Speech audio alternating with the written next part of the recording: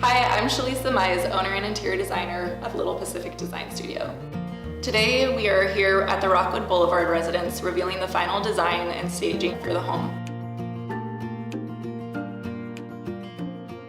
This home was originally designed by local architect John Saylor, and it was really important for us to include his original concepts into the new space. One of the original materials used in the home was the wood ceiling, and this was a feature that really stood out to me when I first walked into this space. We wanted to enhance that by mirroring that material onto the floor and creating this beautiful natural feel. At one point, this house was nicknamed the tree house by all of the neighbors. The back of the house and sides are all windows open to trees.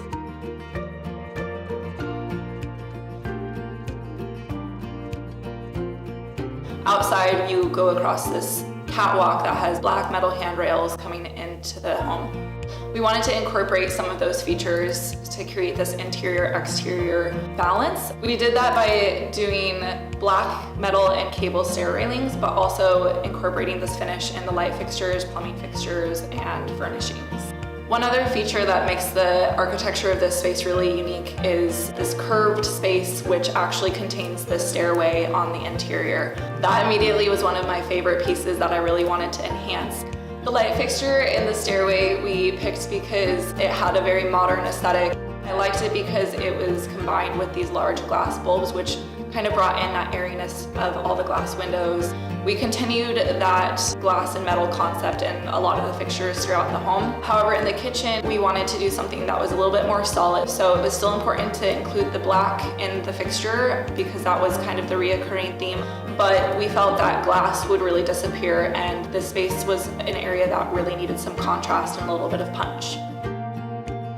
When we first started talking to the client about the home, he was wanting to do basically just a kitchen refresh. So painting the original cabinets, new appliances, and new countertop.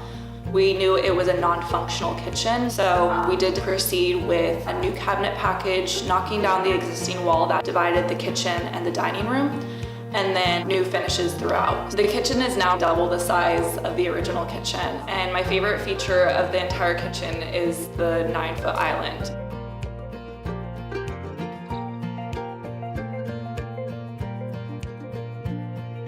When the homeowner finally came in after it was completely furnished and styled, it was really exciting to see his smile, and he's been over the moon sharing it with his family and friends. I think he is proud because he's put a lot of blood, sweat, and tears and labor and money into this project, but ultimately I think we're all just really excited how it turned out.